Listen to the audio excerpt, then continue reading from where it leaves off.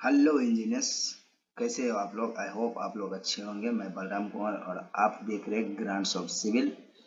तो चलिए दोस्तों, आज के वीडियो में आप लोगों के लिए बहुत ही इंटरेस्टिंग टॉपिक लेके आया हूँ जो कि फ्रेशर्स इंजीनियर के लिए बहुत ही लाभदायक होने वाले हैं। ये हमारा फर्स्ट लेक्चर है जो इंटरव्यू क्वेश्चन से रिलेटेड है, जो कि आपके एक्चुअली में किसी भी इंटरव्यू क्वेश्चन में पूछ सकते हैं।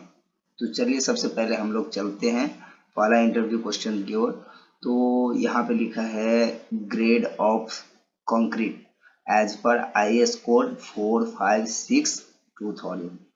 ये हमारा दो प्रकार के होता है, एक होता है नॉमिनल डिजाइन मिक्स और एक होता है हमारा design mix. Nominal design mix में हमारा नॉर्मल आ जाता है जो हम लोग बैचिंग करके करते हैं। हम लोग फावड़ा से या कुछ अपने हैंड मिक्सिंग करते हैं, वो नॉर्मल डिजाइन मिक्स में आ जाता है। जैसे में आ गया M5 आ गया, M7.5 आ जाता है, M10 आ जाता है, M15 आ जाता है और M20 आ जाता है। और हमारा सेकेंड नंबर होता है एज पर डिजाइन मिक्स। ये हम हैंड मिक्सिंग या किसी से नहीं बना सकते, ये हमारा प्लांट से डिजाइन मिक्स होके आता है। उसमें कितना कितना रेशियो देना चाहिए उसमें वो पूरा मेंशन किया रहता है, उसमें कैलकुलेट से रहता है। तो हमारा M25 से जितना भी ऊपर का ग्रेड रहता है, M25, M30, M35, M50, 40, M70, 75, ये हमारा पूरा डिजाइन मिक्स में आ जाता है हमारा। तो ये ग्रेड ऑफ कंक्रीट कितने टाइप का हो गया, दो प्रकार का। एक हो गया नॉमिनल डिजाइन मिक्स और एक हो गया हमारा डिजाइन मिक्स। तो सेकेंड क्वेश्चन की ओर हम लोग चलते हैं, जो है रेशियो ऑफ सीमेंट सैंड और एग्रीगेट। किसी भी ग्रेड का जो नॉर्मल डिजाइन मिक्स में आता है उसका अगर हैंड मिक्सिंग करते हैं तो कितना कितना रेशियो देना चाहिए सीमेंट का, सैंड का और एग्रीगेट का। तो चलते हैं। तो M5 अगर हम डिजाइन M5 का अगर नॉमिनल डिजाइन मिक्स करते हैं तो उसमें सीमेंट रहेगा 1 और सैंड रहेगा 5 और एग्रीगेट रहेगा 10। किसी भी आप किसी भी चाहे बैग में आप डालो, चाहे कुछ अलग चीज से वेट करो, उसके इस ये रेशियो हो गया। M7.5 का हो गया 148 और M10 का हो जाता है 136, M15 का हो जाता है 124 और M20 का हो जाता है 1.5 और 3 और M25 का हो जाता है 112। ये हमारा सीमेंट सैंड और एग्रीगेट का रेशियो है जो कि हम लोग नॉमिनल डिजाइन मिक्स में करते हैं। ये जब हम लोग हैंड मिक्सिंग करते हैं, हैंड मिक्सिंग जो कि नॉर्मली हम लोग गांव में यूज करते हैं, इतना आप समझ सकते हैं। हाई राइज बिल्डिंग में हम लोग ये सब का यूज नहीं करते हैं, करते हैं यूज, लेकिन डिजाइन मिक्स होके आता है। जैसे हम लोग PCC में करते हैं, इसका करते हैं, इसका करते हैं, इसका करते हैं, यूज करते हैं। तो चलिए तीसरा क्वेश्चन की ओर हम लोग चलिए। ये हमारा 30 का ये हमारा। तो M30 का रहेगा तो उसका रेशियो आएगा 1, 0.75 और 1.5। अगर M40 करेगा तो 1, 0.25 और 0.5। ये हमारा रेशियो है सीमेंट सैंड और एग्रीगेट का। तो चलिए तीसरे क्वेश्चन की ओर हम लोग बढ़ते हैं, जो कि है different type of steel weight, जिसका आप लोग कैलकुलेट कर सकते हैं। इसमें दिया हुआ है DA2/162.2 kg पर मीटर। 1 kg का ये वेट निकालने का फॉर्मूला है। और आप अगर kg पर फीट में अगर निकालना चाहते हैं तो ये फार्मूला आपको अपनाना पड़ेगा DA2/533 जो kg पर फीट होता है। तो चलिए हमारा स्टील है 8 mm का है, स्टील है जिसका वेट कितना होता है 0.395 kg पर मीटर। और 10 mm का 10 mm का अगर स्टील रहेगा जिसका डाया 10 mm रहेगा उसका वेट कितना आएगा 0.616 kg पर मीटर। अगर 12 mm डाया है तो उसका कितना रहेगा 0.887 kg पर मीटर। अगर 16 mm का अगर डाया है तो उसका वेट कितना आएगा 1.578। इसी तरह 20 का आप देख सकते हैं, 20 का है 2.466 और 25 का है 3.853 kg पर मीटर m। इसके बाद 32 का अगर डाया रहेगा तो 6.31 kg पर मीटर। अगर 40 का डाया है तो 9.8 64 kg पर मीटर। ये हमारा हो गया। किसी भी डाया का अगर वेट निकालना होगा तो इस फार्मूला से हम लोग निकाल सकते हैं, डी स्क्वायर बाई 162.2 kg पर मीटर। अगर फीट में निकालना रहेगा तो डी स्क्वायर बाई 533 kg पर फीट से निकाल सकते हैं। तो चौथा क्वेश्चन की ओर हम लोग चलते हैं, जो कि बहुत ही इंपॉर्टेंट है, हर एक क्वेश्चन में पूछ दिया जाता है। डेंसिटी ऑफ स्टील का जो हमारा होता है 7850 kg पर मीटर क्यूब। ये डेंसिटी बहुत ही इंपॉर्टेंट होता है, हर एक चीज का डेंसिटी आपको याद रखना पड़ेगा। तो 5 नंबर क्वेश्चन है हमारा, यूनिट वेट या density of PCC, plane cement concrete. PCC का फुल फॉर्म होता है प्लेन सीमेंट कंक्रीट, जो हमारा है 24 किलो न्यूटन पर मीटर की होता है पीसीसी का यूनिट वेट। और यूनिट वेट ऑफ ये आरसीसी, या आप बोल सकते हैं density of RCC, reinforce cement concrete. इसका फुल फॉर्म होता है रेनफोर्स सीमेंट कंक्रीट, जिसका डेंसिटी होता है 25 किलो न्यूटन पर मीटर क्यूब। सातवां क्वेश्चन की ओर हम लोग चलते हैं, जो है young modulus of steel. ES से इसको डिनोट किया जाता है, यंग मॉडुलस ऑफ स्टील, जिसका होता है 2 इंटू 10⁵ न्यूटन पर mm² होता है। और आपको जब एज ए डिजाइनिंग करना पड़ेगा तो उसमें फैक्टर स्टील का आर्किटेक्ट का ये है question, factor of safety of steel, मतलब फैक्टर ऑफ सेफ्टी आप कितना लोगे स्टील का जब डिजाइन आप करोगे तो कितना है 1.15। इसी तरह कंक्रीट का भी आता है factor of safety, factor of safety of concrete का कितना है 1.5 फैक्टर ऑफ सेफ्टी। ये इंपॉर्टेंट होता है, फैक्टर ही सेफ्टी लेके ही हम लोग डिजाइन करते हैं कि कितना उसका सेफ्टी रहेगा, तो वही दिया है स्टैंडर्ड है। और हमारा है standard length of might steel, 10 number question है हमारा, जो कि आपको 12 मीटर का माइड स्टील आता है। और अगर फुट में आप अगर उसको देखना चाहोगे तो 40 फीट का आता है। 11 नंबर क्वेश्चन चलते हैं, different type of might steel.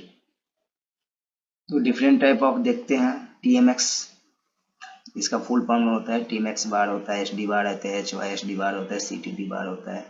तो TMX का फुल फॉर्म देखते हैं हम लोग, थर्मैक्स पावर बार। TMX का फुल फॉर्म होता है थर्मैक्स पावर बार।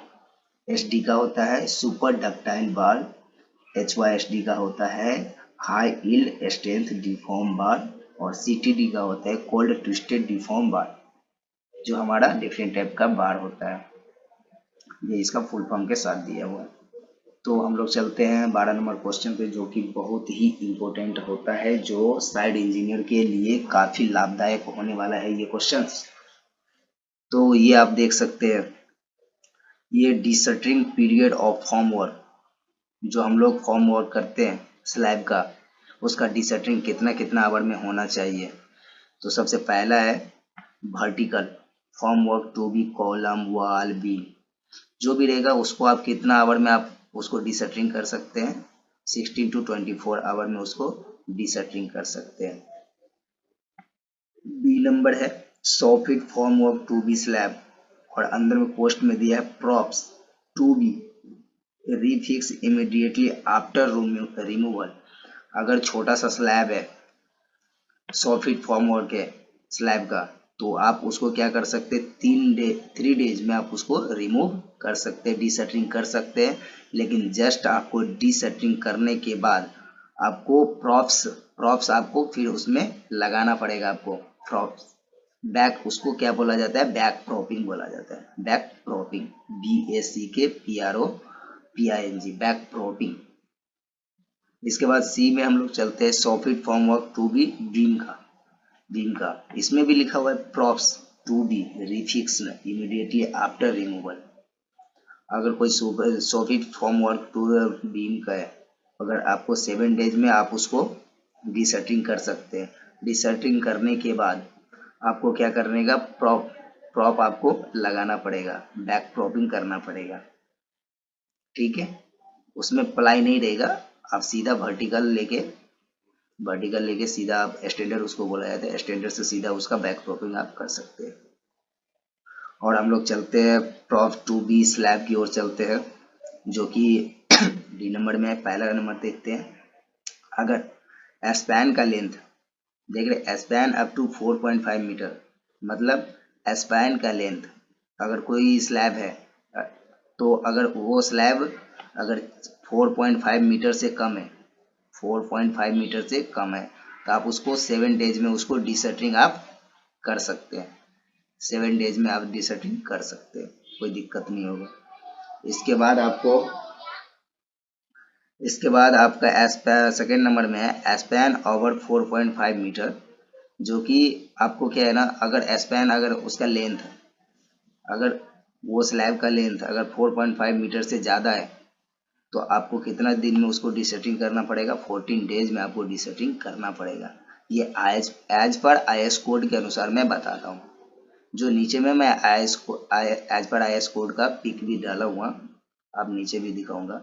और इसके बाद ई नंबर में हम चलते हैं prop to be beam and arch, arch रहेगा चाहे बीम रहेगा, तो उसका क्या है, अगर स्पैन अगर 6 मीटर से 6 मीटर से छोटा है, 6 मीटर से छोटा है तो उसको 14 डेज में आप डिसर्टिंग कर सकते हैं। अगर स्पैन का लेंथ अगर 6 मीटर से ज़्यादा है तो आपको 21 दिन में वो डिसर्टिंग करना पड़ेगा। ये एज पर IS कोड है, आप ये देख सकते हैं एज पर IS कोड के, ये पिक है हमारा टाइप ऑफ फॉर्मवर्क, और ये है minimum period before sinking period formwork, देख सकते हैं इसमें पूरा लिखा हुआ है, वही सेम मैं डाला हूँ एज पर IS कोड, आप इसको पढ़ सकते हैं। अगर आप लोग को अगर PDF चाहिए तो आप कमेंट जरूर कीजिएगा वीडियो में, मैं आप लोगों को PDF भी शेयर कर सकता हूँ। तो 13 नंबर क्वेश्चन हम लोग चलते हैं, what are the various type of beam, beam का कितने टाइप होते हैं। तो पहला हमारा हो जाता है simply supported beam, second number हो जाता है कंटिन्यूस बीम, C नंबर हो जाता है फिक्स्ड बीम, D नंबर हो जाता है हिंज सपोर्टेड बीम, और ई नंबर हो जाता है कैंटिलीवर बीम, जो कि कैंटिलीवर बहुत ज़्यादा फेमस भी होता है, आप बहुत सारे साइड पे देखते हो। और होता है F नंबर होता है ओवरहैंगिंग बीम। ये हमारा इतना टाइप्स है। और हमारा 14 नंबर क्वेश्चन है, which type of concrete test, concrete जो टेस्ट होता है उसका कितना टेस्ट होता है। तो कंक्रीट टेस्ट का सबसे पहला होता है स्लम कोन टेस्ट, इसके बाद होता है स्लम कोन कब होता है, जब उसका मतलब आप समझ सकते हैं कि ज़्यादा फॉलो हमको नहीं चाहिए, मतलब कंक्रीट जो है ना थोड़ा सा मतलब पानी की तरह नहीं चाहिए, तो उसको स्लम्प बोला जाता है, स्लम्प में उसको लेना पड़ता है, वर्केबिलिटी उसमें चेक किया जाता है। और ये हमारा फॉलो टेबल टेस्ट, जब हम पंपिंग मतलब समझ लीजिए कि हाई राइज बिल्डिंग बन रहा है, हमको बेसमेंट से लेके ग्राउंड फ्लोर से लेके हमको 25 मंजिल तक लेके जाना है, तो पंपिंग के माध्यम से जाएगा, तो पंपिंग के माध्यम से जाएगा तो हम स्लम कोन टेस्ट नहीं चेक करेंगे, क्या चेक करेंगे, होलो टेबल टेस्ट के चेक करेंगे, क्योंकि वो पाइप के माध्यम से जाएगा तो हमको थोड़ा सा पानी की तरह कंक्रीट चाहिए। और तीसरा हमारा होता है कंप्रेसिव स्ट्रेंथ टेस्ट, जो कि क्यूब से हम लोग क्यूब भरते हैं ना, क्यूब क्यूब जो हम लोग करते हैं कास्ट करते हैं, उसका जो टेस्ट होता है वो कंप्रेसिव स्ट्रेंथ टेस्ट होता है। इसके बाद होता है वाटर एब्जॉर्प्शन टेस्ट, कंक्रीट का वाटर एब्जॉर्प्शन टेस्ट। इसके बाद होता है वाटर परमेबिलिटी टेस्ट, ये हमारा कंक्रीट का इतना टेस्ट होता है, जो कि 5 टेस्ट होता है। इसके बाद हम लोग लास्ट क्वेश्चन की ओर हम लोग चलते हैं, जो कि हमारा लोड के अनुसार रहता है, लोड के अनुसार IS कोड मैं बता रहा हूँ, देखिए यहाँ पे लिखा है IS 875/1987 practice for design for live in dead in wind load snow load और स्पेशल लोड। तो पहला हमारा पार्ट 1 है डेड इन का, डेड इन में कौन सा IS 875 पार्ट 1 में डेड इन के बारे में जिक्र किया गया है, और लाइव इन हमारा IS 875 पार्ट 2 में इसके बारे में बताया गया है, लाइव इन के बारे में। और विंड लोड IS 875 पार्ट 3 में बताया गया है विंड के बारे में। ये हमारा IS कोड है जो आपको याद रखना। पहला लेक्चर था, सेकेंड लेक्चर में भी आपको लेके आऊँगा, इतना ही रहेगा। जो हमारे चैनल पे पूरा अवेलेबल आपको इंटरव्यू क्वेश्चन और जितने भी हमारे PT से रिलेटेड होते हैं इंटरव्यू क्वेश्चंस और जितने भी साइड इंजीनियर को जरूरत है, पूरा हमारे चैनल पर अवेलेबल है। अगर आप लोगों को ये वीडियो अच्छा लगे हो तो आप लोग जरूर लाइक शेयर एंड सब्सक्राइब जरूर करें और हमारे चैनल से बने रहें। Thank you so much.